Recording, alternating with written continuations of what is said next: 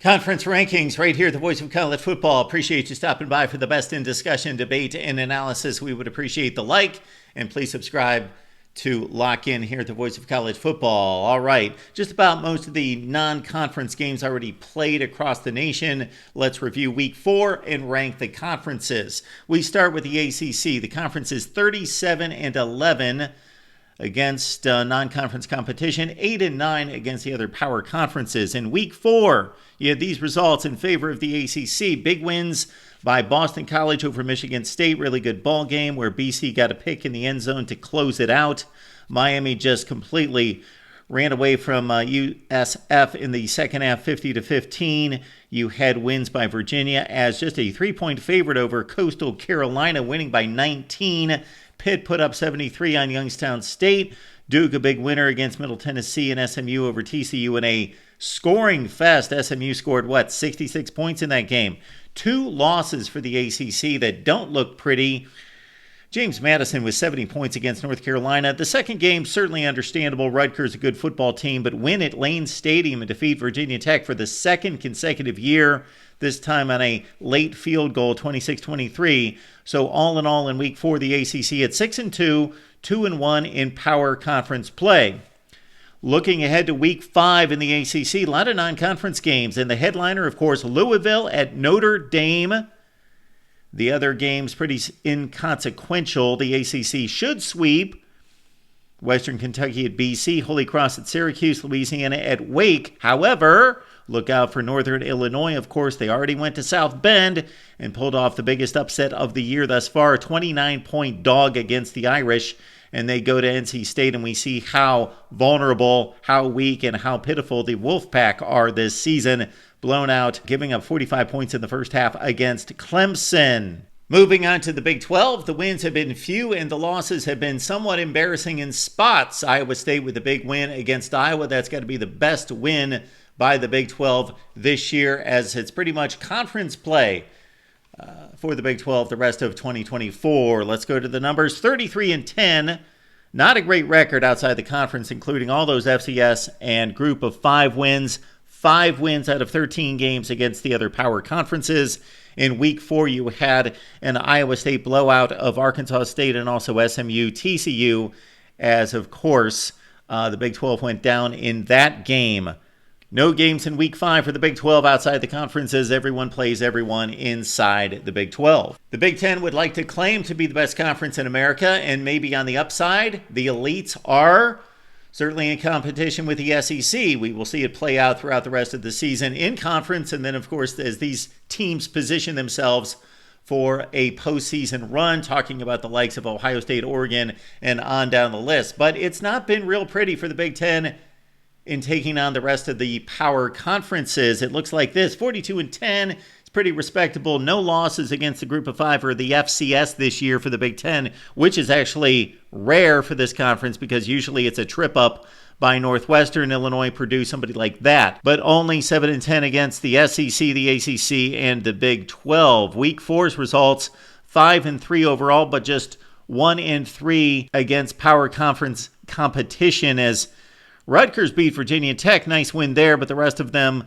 just complete annihilations of Marshall, Kent, Villanova, and Charlotte. Not anything to write home about there. The losses, Oregon State, 17 better than Purdue. And, of course, Michigan State lost to Boston College, as noted. LSU also a winner over UCLA. That game was tied in Death Valley at halftime, but the Bruins not enough for the Bayou Bengals. In week 5, we've got no matchups for the Big 10. They stay in conference. And, of course, the one big game out there the rest of the season is USC taking on Notre Dame. You also have a UCLA game when everybody else is playing their rivalry games that same weekend, taking on Fresno State. That's not necessarily a win for the Big 10. The SEC is the best conference in America. Maybe this is a anticlimactic finish to this video, but let's just say it straight out right there. The out-of-conference record's not staggering. It's 38-8. It is the best out of the 4, and the record against the power conferences at 9-6. But it's more about who beat whom, and that the SEC really didn't suffer any horrible losses. There's a couple out there that don't look great. Let's dive in. In week 4, LSU over UCLA as expected. They were a 24-point favorite. They won by 17. Texas A&M just got by Bowling Green, who also played really close at Penn State. So keep that in mind. The other wins, easy. Kentucky over Ohio. Ole Miss defeated Georgia Southern to complete their horrible non-conference slate. South Carolina over Akron. Texas defeated Louisiana Lafayette. 6-0 for the SEC, and that one major conference game goes LSU's way. In Week 5, we only have one game as LSU hosts South Alabama. Then, of course, upcoming on Thanksgiving weekend, it's the SEC and the ACC. They get together with Clemson, South Carolina, Georgia, Georgia Tech, Florida, Florida State, and Kentucky and Louisville. Now let's run through all the games in regards to the big games, the big clashes, the games that matter, those like-seeded teams especially, and then also the embarrassing losses for these particular conferences.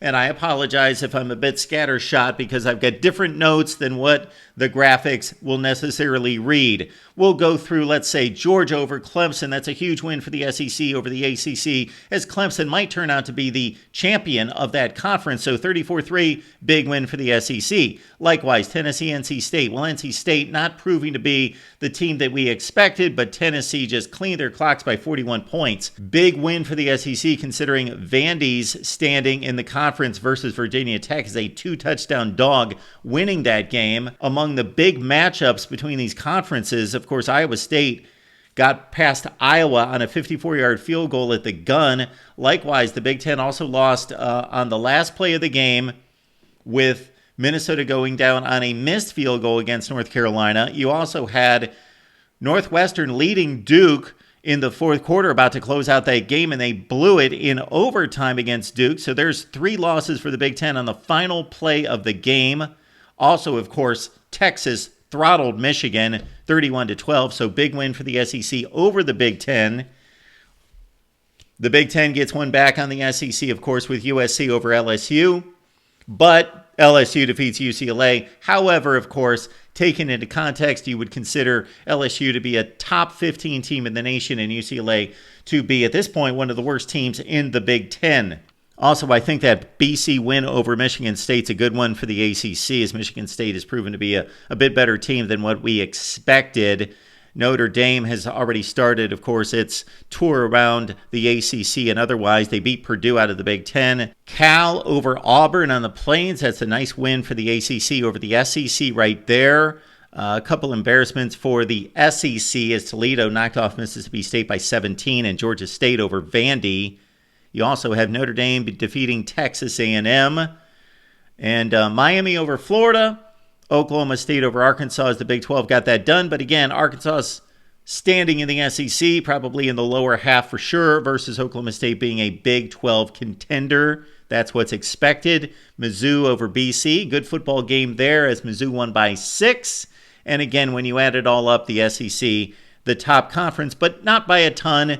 Good wins for the Big Ten in addition to USC defeating LSU. You got Penn State over West Virginia and Illinois over Kansas as well. Both the ACC and the Big 12 have 2 losses against the group of 5, as, of course, James Madison put up 70 on North Carolina. Also, Memphis over Florida State in the ACC, and the Big 12 loses these games. UNLV over Kansas, and UNLV, the Big 12 killer, defeats Houston as well. The Big 10 has been able to go unscathed against a group of 5. For the SEC, it's 2 losses, as again, Toledo defeats Mississippi State and Georgia State over Vandy. Add it all up, and based on the numbers, the results, of course, we've got games later in the season, but this is the bulk of the games in non-conference play in the regular season. We'll have bowl games. We can kind of debate how much they matter based on opt-outs and motivation, but also we've got the college football playoff, and that's when the elite go at it from these conferences. So it's not a done deal for sure, but the results look like this right now. We would go with the SEC number 1, the ACC, yes, number 2, the Big 10 number 3, and the Big 12 in last place. What do I believe? I believe that the SEC is the best conference. The Big 10, clearly the second best conference, and then the ACC and the Big 12 can slug it out. But the ACC looks decent right now, but they've got all these dates against Notre Dame coming up. Starting with Saturday night, Louisville can make a statement for the ACC against the Irish, and Notre Dame's got more games coming up with the ACC. And of course, it's that SEC-ACC weekend with those four going at it that will give us more data points. We love the data points here at the Voice of College Football. Hope that you do as well. Leave those comments and questions down below. Lock it in right here. Please like and subscribe, and we'll see you next time.